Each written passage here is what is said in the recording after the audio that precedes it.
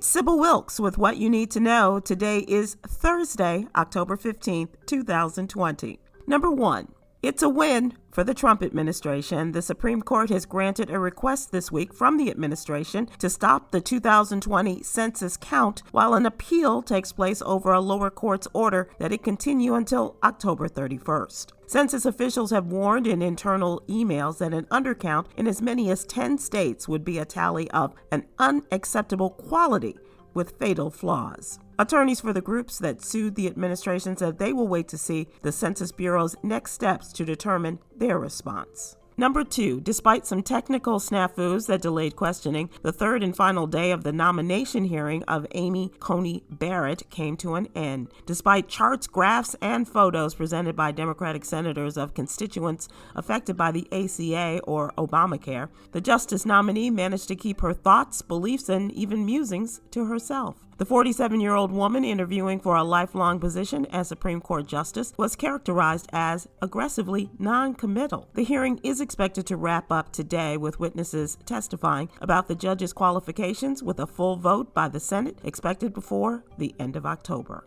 Number 3, according to a new study published in the Journal of the American Medical Association, the coronavirus pandemic will cost Americans $16 trillion.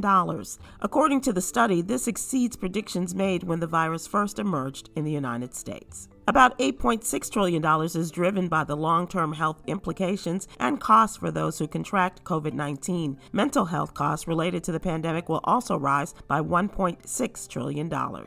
Number 4, according to new data, a record 16.9 million Texans are registered to vote in the presidential election. The Biden campaign is pouring millions in ad dollars into Texas. The Trump campaign has no plans to advertise in the historically red state. However, recent polls show Texas will go to Trump in the presidential election. Joe Biden is polling close to his Republican challenger, and the Democratic hopeful thinks he has a chance of flipping Texas blue for the first time in over 4 decades. Number 5, artificial intelligence may not be as judgmental as previously thought, at least in the case of home loans. It appears the use of algorithms for online mortgage lending can reduce discrimination against certain groups, including minorities, according to a recent study from the National Bureau of Economic Research. This could end up becoming the main tool in closing the racial wealth gap, especially as banks start using AI for lending decisions. Join me today live on YouTube and Facebook at 7 p.m. Eastern, 6 p.m. Central with comedian extraordinaire George Wallace, Texas State Senator Royce West, and journalist Ed Gordon